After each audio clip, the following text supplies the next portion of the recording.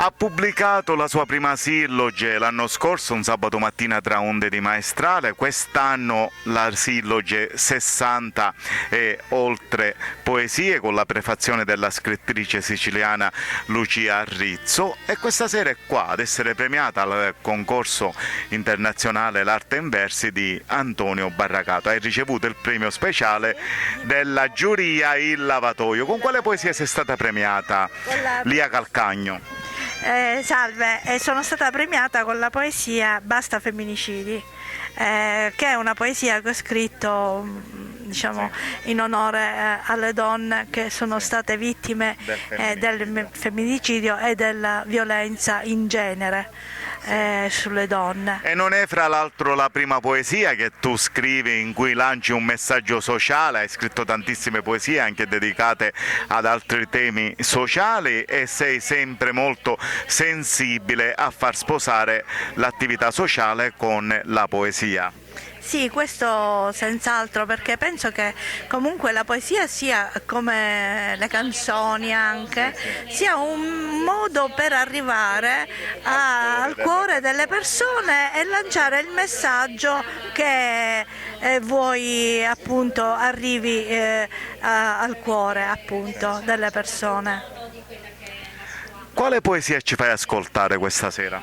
Ma possiamo vedere qua se mi presti il libro che ti ho dedicato.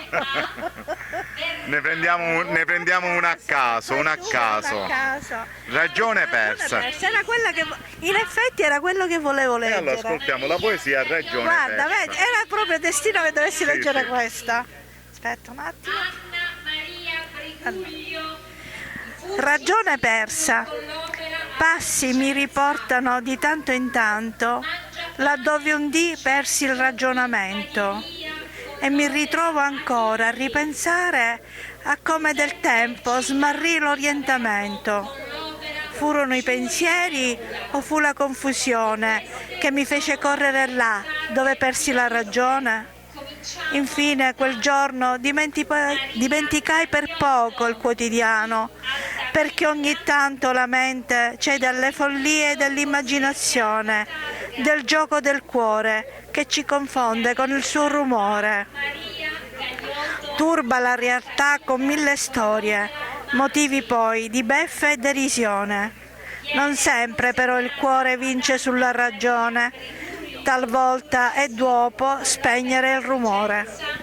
Grazie Elia per questa bellissima poesia, per la silloge che mi regali, la leggerò con piacere, già so che mi emozionerò perché le tue poesie non voglio essere di parte ma mi emozionano tantissimo, e ti regalo anch'io un piccolo omaggio e il profumo della mia Partinico.